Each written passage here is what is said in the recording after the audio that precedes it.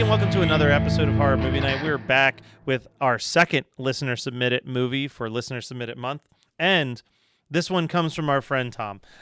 Shocking Dark, a movie that I think he's written to us every year to watch, and this is finally the year we did it. He's written to us. He's also messaged me. Direct. Oh, he's messaged me too. So he's really been campaigning for this one for a long time, and I hope that he is happy that he has finally subjected us to this. How many years have you all been doing listener submitted? Well, Since for the second year? No, well, you have to remember in the beginning, so the first year we were still Reddit Horror Club, so there was all the Reddit Horror Club people were still picking movies, and we were like, well, that doesn't work. But then it was like, it would be like me pick, Scott pick, Adam pick, and then a listener pick to end each month. That's right. And then we were like, a long time ago. And that's when we were like, all right, let's consolidate this shit. Then we were doing it 3 months out of the year. Then it turned into 2 months out of the year. And then I was like, you motherfuckers get 1 month. It's at some point, listeners, you aren't going to be a part of this anymore. Well, Scott has threatened a couple times. 3 years ago, it was so bad that I was like, we're never doing listener submitted month again. And then last year, everybody redeemed themselves with a really great month. And this year, everybody's just doing fine. So it's as long as they don't feed us bullshit, I will not have a problem. Yeah. Note that, listeners. It's a real D's get degrees type situation here. But all right. So here's the email Tom sent us. He said, look, I've been trying to get you guys to cover Shocking Dark for years now. At this point, I don't care. I tried to give you guys the scoop on it, but it's been several other shows. It's been on several other shows at this point. Hell, I personally covered it for Greatest Movie Ever podcast with Paul Chapman. What more do you want? It's an Italian ripoff with a bananas plot and terrible effects. But sure, ignore it for another year. I don't care. Just know that it's twice the film that Last Shark is, Matt. Its synthesizer soundtrack bops harder than any console crash that Scott could create. And I can't watch this film sober, Kyle. Tom. So, real aggressive email from Tom. And you got us attention. You know how much I love aggressive men telling me what to watch. So, yeah, that's kind of Kyle's kink. So, hey, so can I make my first joke though? Go for it. It's not going to go uphill from here. This is it. Shocking Dark. No, mute your microphone now. Listen.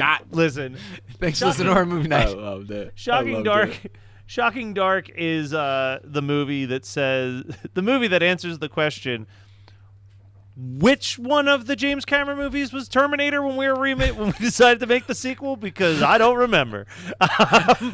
So this film was released in Italy under the name Terminator 2, which certainly was. Imagining how disappointed you were watching a movie called Shocking Dark and it being like this. Just imagine if you thought it was the sequel to Terminator when you started watching it. And the thing is that it's like two movies. It's like it is the first scene and the first half of the first act and the entire third act are shitty Terminator ripoff. The entire middle is Aliens. 1,000%. Every character is it is like absurd how much it is ripping off Aliens. There's a part where one of the people goes, "Kill me." I mean, come on. It's right there. Well, so here's the thing. Kyle, you're going to pronounce this name better than I am. Who's the writer of this movie? Claudio Fragasse. Does that name sound familiar to you, Scott? No. Should I say it not like that? Do you want me to say it like a normal person? Claudio Fragasso. So Claudio Fragasso, you might remember from him appearing in a documentary that we love called Best Worst Movie about a film that he wrote and directed called Troll 2. No. This was so the film many he wrote right before Troll 2 was this. That explains... 1,001 I would things, have loved to have known that this morning before watching this film. This was a morning movie for you? I'm so sorry. This was a whole day movie for me. It was 20-minute increments throughout the day. I needed breaks because I actually have a note. Let me phonetically pronounce how one of these actors who... I don't think any of these people have ever seen a script before. Nope. They definitely did not do high school acting because they're worse than high schoolers. Well, you've got 15 minutes to get ready to commence operation of Delta Venice. I believe that is what I wrote down. No, but here's the thing. You have such a wide gamut of performances in this, right? Because you've got the American actors who are probably reading a script that was translated directly from Italian into English. But the other side is then you have some of the Italian actors who were practically like speaking like Super Mario with how over the top the like Italian stereotype is. And the one line 15 yards. No, 10 yards. The line that I wrote down, and I might be exaggerating slightly, but I'm not exaggerating that much, is there's a scene where there's a firefight and he goes, "Sir, we have no cover over here." Like, and it's it is insane. Well, you're forgetting the one variable here between the actors that the little two girl types of actors. No, you're forgetting that Bruno Mattei does not direct anybody. No, he's just it's one takes of everything. So it's the writing being translated probably directly, and then Bruno Mattei just being like, "Cut." Next to action, cut. Have you ever seen that meme of, I believe it's in Garth Marenghi's Dark Place, where it's Richard Ayoade's character just picking up the phone going, "Hello, boy," and hanging up?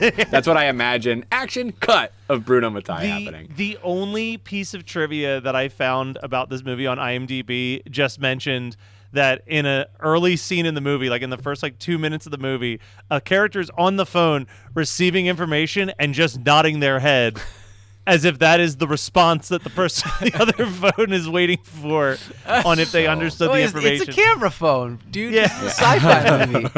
It's the future. No. Can't you tell by the low-budget control center, which is truly my favorite set piece of any of these types of movies? It's just flashing, just beep bop booping lights all over the fucking place. When Brian did Planet of the Vampires, I feel like Kyle would have been in heaven because that control center was the most bullshit thing I've ever seen for this show. Well, I love also that shit.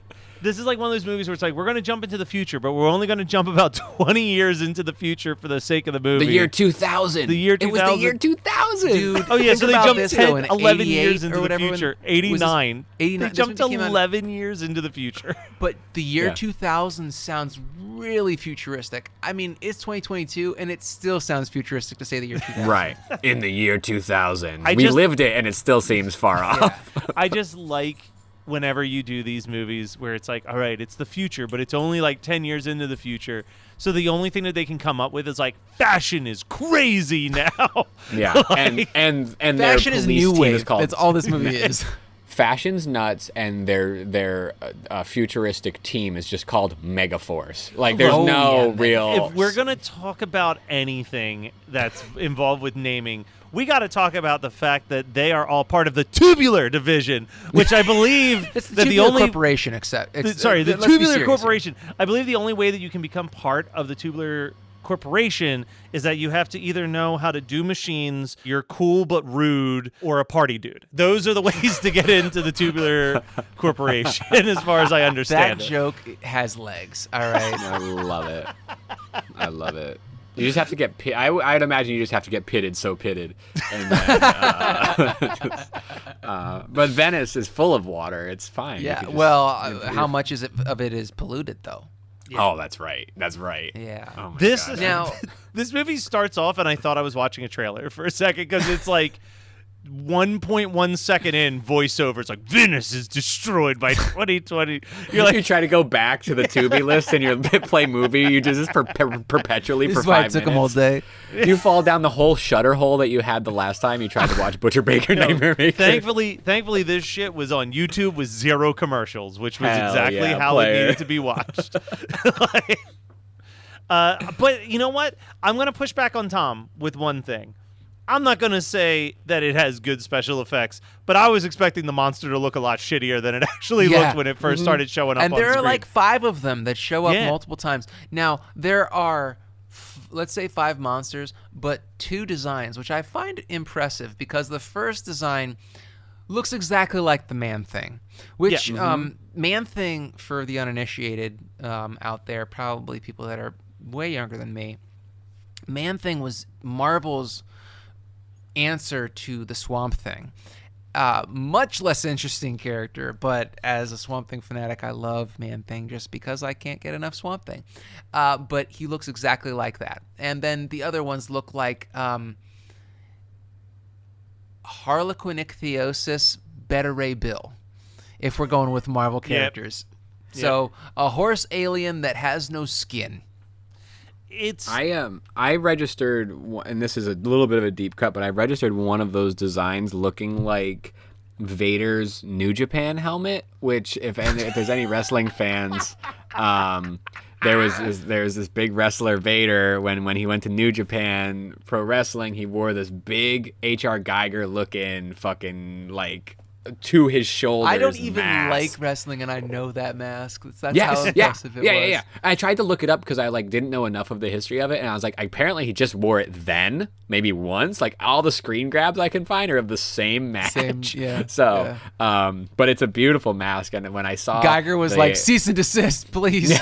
Immediately. Good thing it was in Japan, I guess. The beautiful thing is that there is 5 monsters, but there's also only 5 shots of the 5 monsters being destroyed.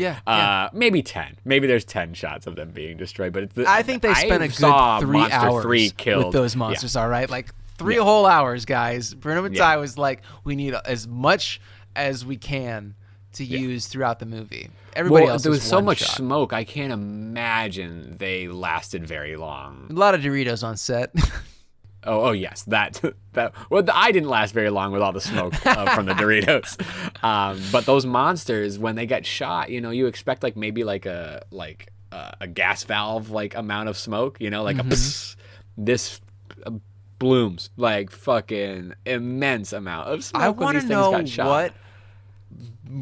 what factory were they in that they shot 90% of this, because, and I'm not saying that we have the answer. This is one of those things that I'm always going to wonder, because there are these big vats, and the set pieces aren't bad, but I know they spent $15 on a day on renting that place out. So I don't know what in Italy was it an olive oil factory? Yeah, what the fuck was it? There were big vats and valves, and they certainly used. I noticed that they used the same hallway about 3 times with different lighting setups. There was the red light hallway, the regular hallway, the blue light hallway, all of which were the same hallway. So according to IMDb, whole movie single set. I know it's color shocking. Me shocked. Yeah, I know that's dark, really baffling. Shocking dark. The other thing I need to talk about, we were talking about the different accents, be it the English person that's reading phonetically the Google Translate version of a script, or the Italian people who can't cover up their accent. But no one struggled more with not sounding like an Italian than the little girl that's basically Newt. Just like I knew that she was a little girl because she was wearing ribbons in her hair. I mean, that was a super important plot piece. I could not, it was one of those movies where every couple minutes a new scene comes up. And you know how, Brian, when we did the last Shark episode, Brian was like, the best part about this is, everyone says that they've made a Jaws ripoff, but, what they just mean is that they've made a movie that has a shark in it. But Last Shark was, so blatant in hitting every single plot beat of Jaws throughout the entire run. That was me watching this, where I'm like, this is insane that this is basically beat by beat, character by character, every one of the Space Marines from Aliens, the whole way. But they did not have a cool name. No, they were the Megaforce. That's the coolest name. It combines the words mega and force. And force. Use your brain, Scott. Shit.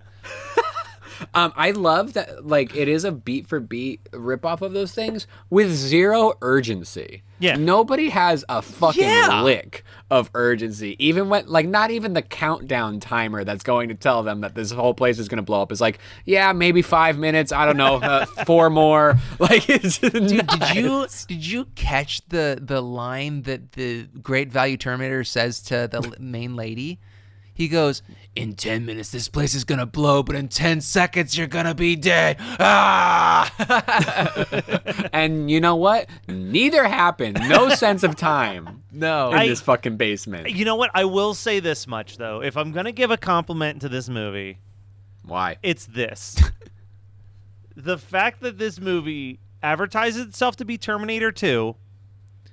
They rip off Alien and Aliens. They're ripping both of them off. Both, yeah. But they managed to take the reveal that the one person in the team was a robot in Alien as a way to seamlessly bleed into their Terminator ripoff. Don't give them that much credit, dude. They forgot what movie they were ripping off. Listen. Come on. Turns Matt around. This is pretty fucking good. This movie's pretty tight.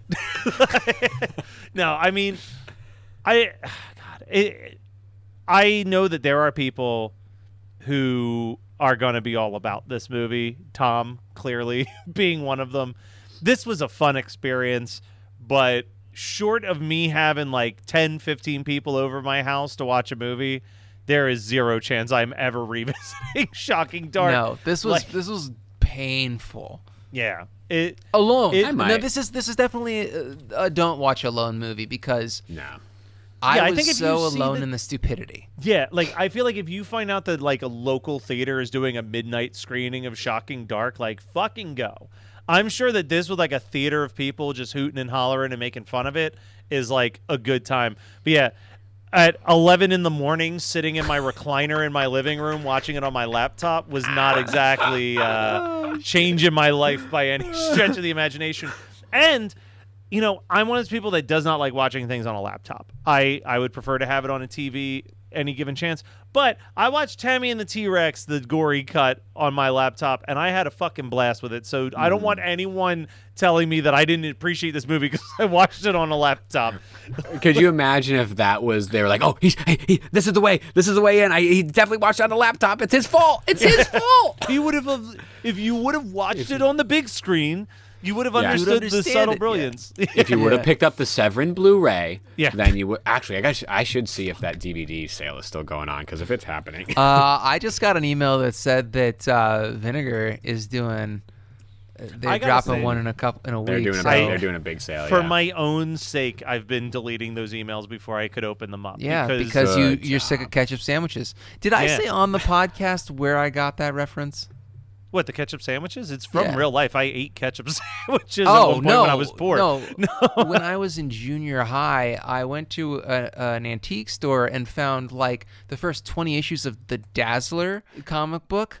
And in the first issue of Dazzler, she is so poor because she's a starving artist trying to become a singer that she is eating ketchup sandwiches, and it always stuck with me. So I made that joke of my own volition, not knowing that Matt has literally eaten ketchup sandwiches because he was so poor. Yeah, the year. It's because he has so many DVDs. Right? No. It wasn't just that. It was that I got laid off. That. I got laid off from my job immediately after I finished college, so I started with a giant deficit. So I was like, all right.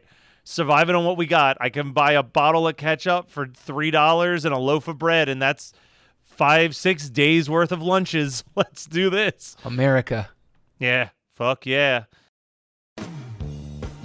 Hi, friends. The world got you down. Don't be sad. Listen to $2 Late Fee with Zach and Dustin. $2 Late Fee is the podcast that celebrates the best decade of entertainment, the 1980s. We pick a movie and soundtrack from our youth that we loved and see if it holds up today. We also interview your favorite celebrities from that era. All in the spirit of positivity and togetherness. Check us out at $2latefee.com. All right, so what are we thinking double feature-wise on this bad boy? Kyle, you get to go first this time, buddy. So I am going to pick. So this movie was written by. Shocking Dark was written by Claudio Fragasso, who also wrote a Zombie 3. However, I'm not going to pick his Zombie 3, which is Fulci's Zombie 3. I'm going to pick another Zombie 3 that is better known as Burial Ground. Oh, I've never seen it. Is it good? It's on my to-do list. It's amazing. Is it Kyle amazing or is it Scott amazing? Kyle amazing, for sure. I'll still fucking watch it. I was just want to know what hoping you getting wouldn't into. clarify. No, Burial Ground. So in the same way that this film has these creatures that are, again, nobody has any urgency. Burial Ground has zombies with zero urgency. However, Burial Ground does have the single greatest child character in all of Italian cinema, in my humble opinion. And we know how Italian kids are. I mean, Bob is the worst. This little girl, this 30-year-old little girl was really bad in Shocking Dark. Was it the kids in Red Queen? No. There was another kid. Kids in Red Queen are actually quite fun. Yes. Yeah. So this kid is older than the Shocking Dark girl and plays maybe a younger child. And it's zombies. And it's Italian zombies. It's beautiful. It's chef's kiss, Italian stereotype, beautiful. That is my double feature, and it's on my list for the show, so we will get to it eventually. Okay, then I won't watch it myself. No. You hold your beautiful little horses there. All right. Well, I'm going to double feature this with a Rutger Hauer vehicle called Split Second. Have you guys ever heard of Split Second from 91, I want to say? No. Now, No. It's been on my long list for horror movie night, so I won't really get into it, but this is my thought process. So I was watching this piece of shit, Shocking Dark, and I was thinking about other movies that it kind of gave me feelings for, and I was like, Blade Runner, because I don't know. And then I was like, this movie and Blade Runner, you could never double feature them together because Blade Runner is a fucking legit masterpiece. And I was like, what about Blade Runner 2049 or whatever the one is with Ryan Gosling? I was like, I fell asleep watching it. I don't even think it's worth trying again. So I'm like, Rutger Hauer pictures, and I'm like, oh, Split Second, the one with the fucking alien monster. It's perfect because Rutger Hauer was in Blade Runner. It's got an alien monster. It's not great, but I would definitely finish my night with that because I think that it is a higher point than Shocking Dark. Okay. Beautiful. Poster's great. I watched this movie. It was a really shitty Aliens ripoff. So I'm going to watch a slightly less shitty Aliens ripoff known as Carnosaur 2. Oh, so good. That's going to be my double feature for the night. Have fun, Matt. You son of a bitch. I love it.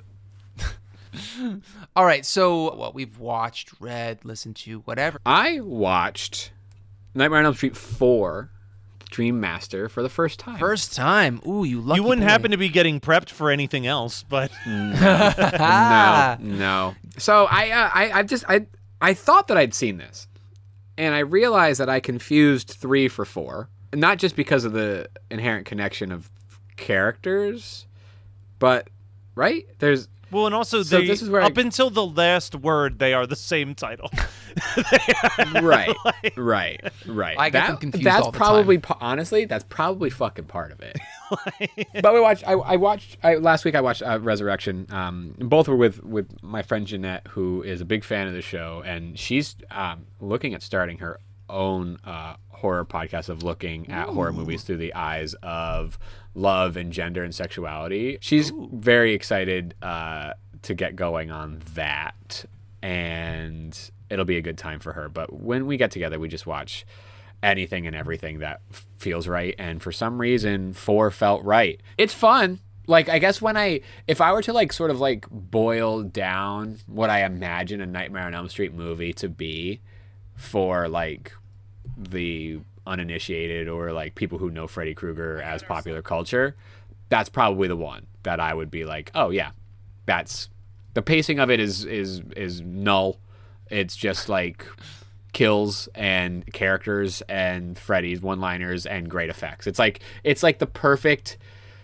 It feels like 3 and 4 are the perfect bridge to either end of the spectrum. You know? Well, I think in the episode that we did on part 4, I even said like, this is, to me, that is the movie where Freddy became like an MTV character. Like he's like throwing on the Ray-Bans at the beach, and like to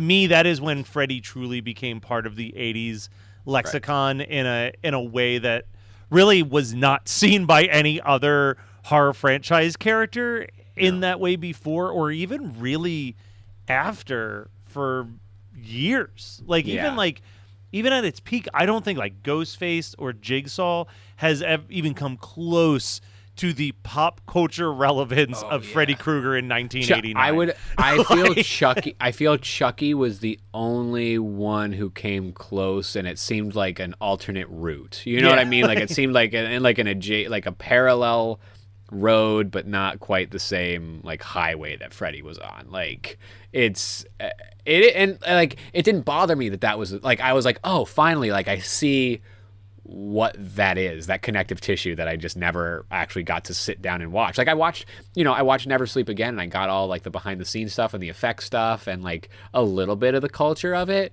but just sitting and like accepting the movie for like what it was and what it is. It was fun. It was a fun watch.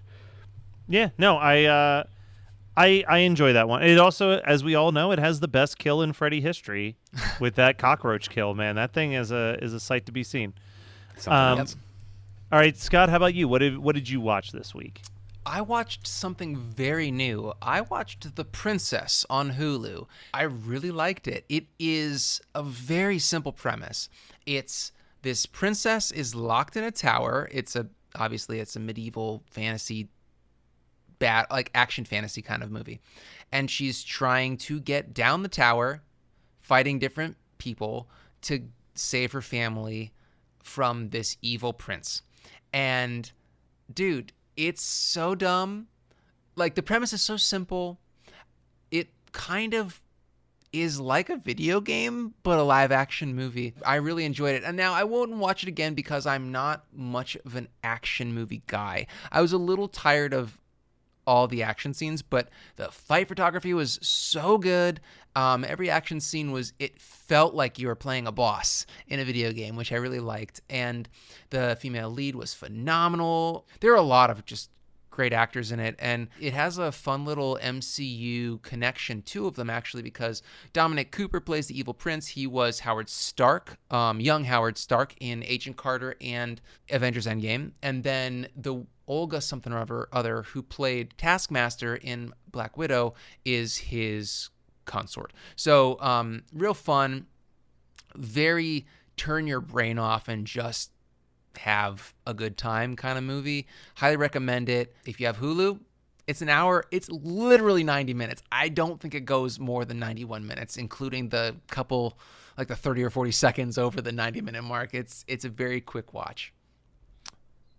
All right, and I've got one that dropped on Netflix recently. It is a 3-part documentary series because your homeboy just loves watching documentaries about what happened at Woodstock 99. So I watched Trainwreck, Woodstock 1999. Oh, no. Which is a little bit... It hits a lot of the same notes as the HBO Max documentary that came out last year. Mm-hmm. It does a little bit better of a job at depicting why people stayed.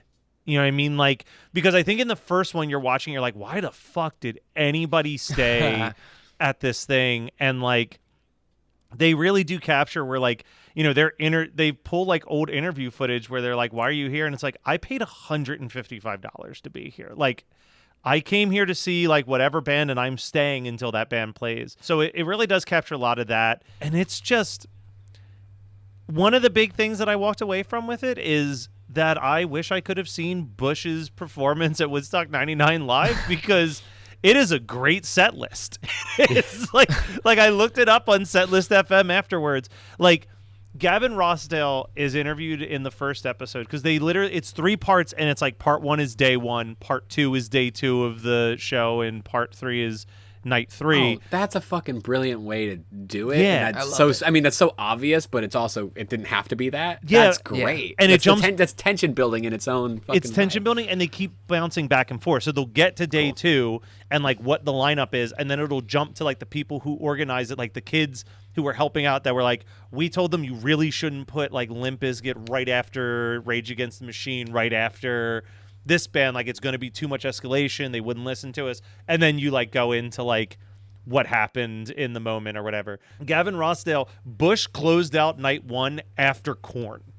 And he's like in 99 and he's like, I'm standing backstage watching the show on the monitors and seeing this ocean of people that are all moving as one in a mosh pit and thinking, I've got to go out there and play Glycerine soon.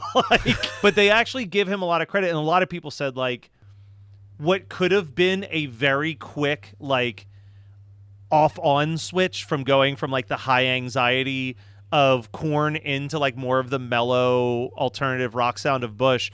Like they're like Gavin Rossdale like came out there as a guy who like really loves what Woodstock is supposed to be. So like, you know, he did the high energy stuff. He starts with Machine Head. Like he plays like those like kind of high octane Bush songs, but like throughout he's like, I hope everyone's doing all right out there. I hope you're at peace. I hope that you're like full of like, he just kept talking about like peace and love and like unity, and like tried to like bring things back down. And they're like, you know, things could have popped off on Friday night, but they didn't. Like, and that's because Gavin Rossdale was like so masterful at like bringing the mood to like a nice, satisfying closing tonight. And then it's like you jump to the next night and it's like, all right, we're going. Like now it's just like escalation in like the sounds that you're hearing tonight, and it's just like, oh, okay. Do you think it's repetitive to watch both? I never watched the HBO one, and I was really excited to, and no, just never happened. I think you get good different sides of the story. This one, they interview the biggest fucking hick I've ever seen in my entire life who attended the show, and he's just like, yo, man, I was so excited to see Kid Rock. Amazing. But here's the question that I have, and we said this actually on One Hit Thunder as well, but like, where's the fucking Woodstock 94 documentary? Because like that is uncomparably the best Woodstock. Like you look at the lineup for Woodstock 69, it is an embarrassing list of who is that, followed by like 3 or 4 bands that you know.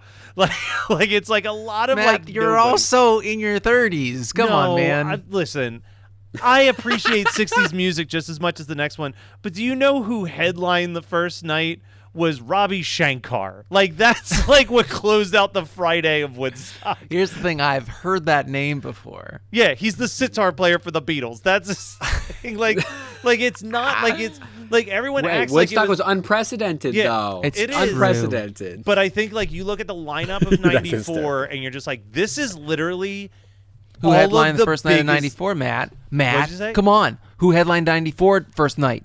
Well, Red Hot Chili Peppers headlined both 94 and 99, which is crazy. But it's like that's the show where you're getting 9 Inch Nails closing out one night. You're getting I think 9 Inch Nails closed out Friday. But like 94, just you look at that lineup, it's like this is literally the embodiment of everything that was happening in music in 1994, because you've got like Blind Melon, The Cranberries, Green Day, like oh yeah, Cypress Hill, Melissa Melissa Etheridge. Yeah, the lineup is insane for 94. But I think nothing really bad happened except for the Mud People, which wasn't bad. It was just like a bunch of stoners that because it was raining and muddy, they just covered themselves in mud and claimed to be the Mud People all weekend. And that's like when they threw mud at Primus when they started playing My Name Is Mud. Yeah, the Wikipedia has 2 bullets for notable events day 1, 4 for 2, and 3 for 3, which is just Peter Gabriel headlined. So that's not even a notable event. But I can see that. I can see that in the paragraph before. But I'm sure if you go to the notable events for Woodstock 99, it's no, that's a whole separate page. It's a fucking train wreck. So I think it's just like no one wants a documentary about a festival that was successful that was and fine. nothing bad. It was great. Here's the story of a festival that everyone had fun at and nothing bad happened. I hope you watch all 3 episodes. I want to see Matt that. Kelly's there for it. Yeah. Yeah, you totally got wanna see it. that for it. All right. Well, that was Shocking Dark. Man, my handwriting Shocking is Dark. horrendous. Good job, Shocking Scott. Dark. That Scott nailed it there. Another one of the listener submitted picks. Tom, you can stop emailing us about it. It's He'll done. find something else to email us done. about, It's and we been- love him for it. Oh, it'll be something Italian. You know that much. But Bellissimo. Don't worry about Burial Ground. I got it covered. Yeah, but we were good. But we will be back with what I believe is a werewolf musical next week. I haven't watched it yet, but What? I've heard someone say that there's musical Matt, numbers in why it. did we agree to this shit? I'm so excited.